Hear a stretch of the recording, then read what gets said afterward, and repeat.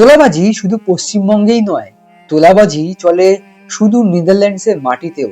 এবং যারা তোলাবাজির শিকার হন আমাদের আশেপাশে, যাদেরকে আমরা দেখতে পাই, আমরা দেখি তারা ভেঙে পড়েছেন, মুষড়ে পড়েছেন, তারা ভাবেন বাকি জীবনটা লড়াইটা পর্যন্ত কিভাবে করবেন।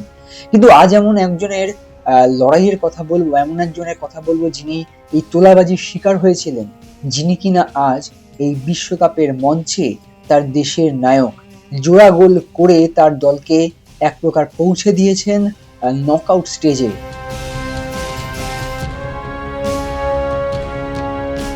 काटू क्या अभी काटू? आप नहीं रुक जाओ। गेम कोई भी हो, पकड़ मजबूत होनी चाहिए। सीमेंट से पकड़ बनाए मजबूत। SRMB 550D TMT bar। নমস্কার দর্শক বন্ধুরা, এক্সট্রা টাইম বাংলায় আপনাদের সকলকে স্বাগত। আমি রৌনক এবং বিশ্বকাপের গল্প নিয়ে আমি আবারও চলে এসেছি আপনাদের জন্য। এবং যার কথা বলছি আপনারা কেউ কেউ হয়তো গেস করতে পারছেন, নেদারল্যান্ড সুইডেন ম্যাচ ছিল এবং নেদারল্যান্ডসের দুজন ফুটবলার কিন্তু যে জোড়া গোল করেছেন, যার মধ্যে একজন কোডি গ্যাকপো এবং আরেকজন হচ্ছেন ব্রায়ান ব্রবে। এই কোডি গ্যাকপোর কথা আপনারা অনেকেই জানেন, লিভারপুলের ফুটবলার, একসময় এই নেদারল্যান্ডসের হয়েই ফুল ফুটিয়েছিলেন তার জাতীয় লিগে এবং সেখান থেকে আজ ইংলিশ প্রিমিয়ার লিগ কাঁপাচ্ছেন। কিন্তু আরেকজন যে ফুটবলার রয়েছেন তার লড়াইটা কিন্তু এত সহজ ছিল না। তিনি হচ্ছেন ব্রায়ান ব্রবে এবং এই ব্রায়ান ব্রবে কিন্তু তোলাবাজির শিকার হয়েছিলেন। মানে তোলাবাজি, হুমকি, মানে প্রাণ সংশয় পর্যন্ত হয়ে যাওয়া, সেই জায়গা থেকে বেরিয়ে এসে আজ দেশের হয়ে জোড়া গোল করে নায়ক হয়ে উঠেছেন।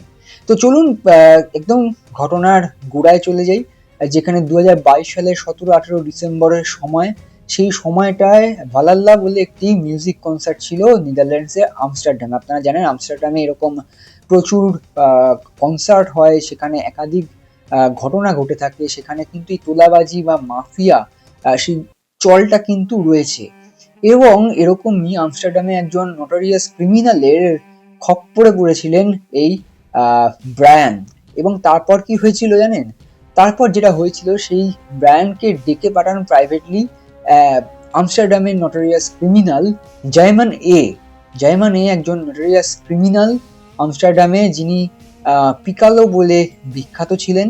এবং তিনি কি করেছিলেন, তিনি ব্রায়ানকে ডেকে বলেছিলেন যে তোমাকে মরক্কোর একজন ক্রিমিনাল কিন্তু টার্গেট করেছে, সেই ক্রিমিনালের নাম হচ্ছে উট্রেচ, এবং আমি ইতিমধ্যেই কিন্তু তোমার প্রবলেম সলভ করে দিয়েছি, কিন্তু তার পরিবর্তে আমার প্রয়োজন 1.5 লক্ষ ইউরো।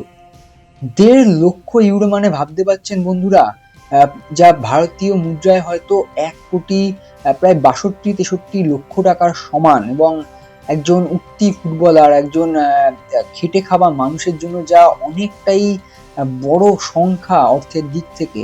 এবং শুধু তাই নয়, এই তোলাবাজির যে হুমকি এখানে শেষ হয়ে যায়নি। ওই রাতটা কিন্তু ব্রায়ানের জীবনের একটা মোড় ঘুরিয়ে দেয় এবং জীবনে ডেকে আনে বিপদ সংকেত। এবং এরপর যে ঘটনাটি ঘটে সেটা হচ্ছে, ব্রবে নিজে বলেন যে না, আমার কোনো সাহায্যের প্রয়োজন নেই, আমি নিজে বুঝে নেব।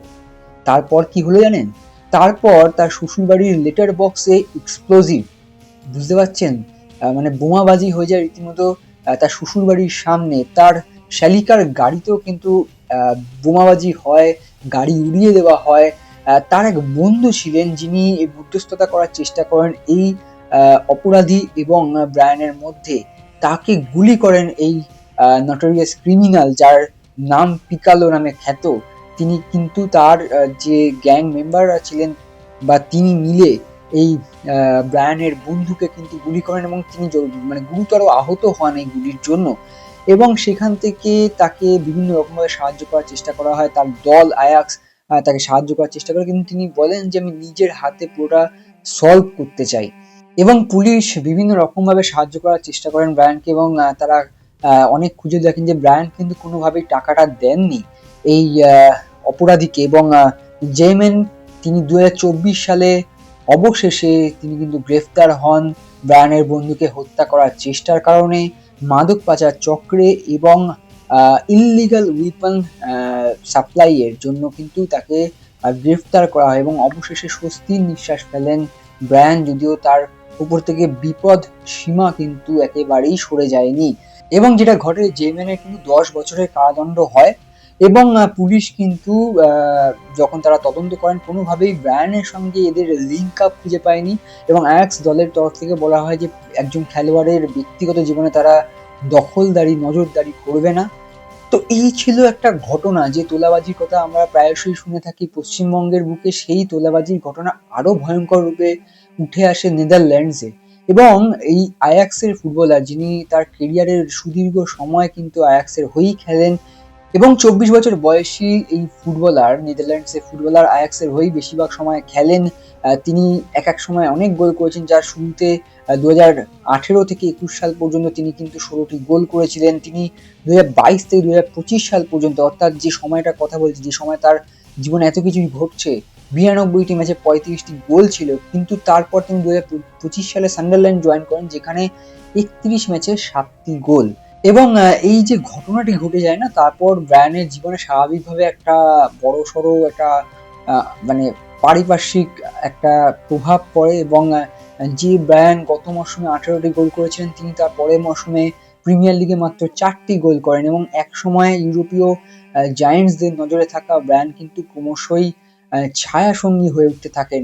সেই জায়গা থেকে দাঁড়িয়ে ব্রায়ান আজ নায়ক, দুটি গোল করলেন, একটা স্বস্তির নিঃশ্বাস ফেললেন। তিনি জানেন যে অবশেষে তিনি তার লড়াইটা জিতেছেন, এবার তার পালা এই বিশ্বটার শাসন করা। এই গল্পটা কিন্তু আপনাদের প্রত্যেকের জন্য খুব গুরুত্বপূর্ণ, যারা বিভিন্ন রকম ভাবে ক্ষতিগ্রস্ত, যারা জোর জুলুম, যারা এই তোলাবাজি শিকার, তারা ভাবেন যে সবটা হয়তো শেষ। সেই জায়গায় দাঁড়িয়ে ব্রায়ান ব্রবে কিন্তু বুঝিয়ে দিলেন যে কোনো কিছুই শেষ নয়, শেষ তখনই যখন আপনি নিজে হার মেনে নেবেন। তাই হার না মানা লড়াইটা করে যেতে হবে বন্ধুরা। এবং বিশ্বকাপ নিয়ে অজানা গল্প জানতে হলে, শুনতে হলে অবশ্যই এক্সট্রা টাইম বাংলাকে লাইক, শেয়ার, সাবস্ক্রাইব, ফলো করে আমাদের পাশে থাকতে হবে। বিশ্বকাপ নিয়ে আমরা অসংখ্য স্টোরি করেছি, কিছু গল্প যেটা চোখে জল আনবে, কিছু গল্প মনে জেদ আনবে, কিছু গল্প আবার আপনাকে নতুন করে বাঁচার একটা উপায় দেখিয়ে দেবে। এবং অবশ্যই এই সকল ঘটনা জানতে হলে প্রত্যেক দিন এক্সট্রা টাইম বাংলায় নজর রাখুন এবং এভাবেই আমাদের পাশে থাকুন। অসংখ্য ধন্যবাদ, নমস্কার। Extra time.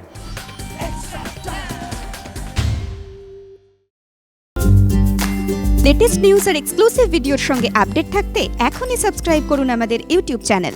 বেল আইকনে ক্লিক করতে ভুলবেন না যেন।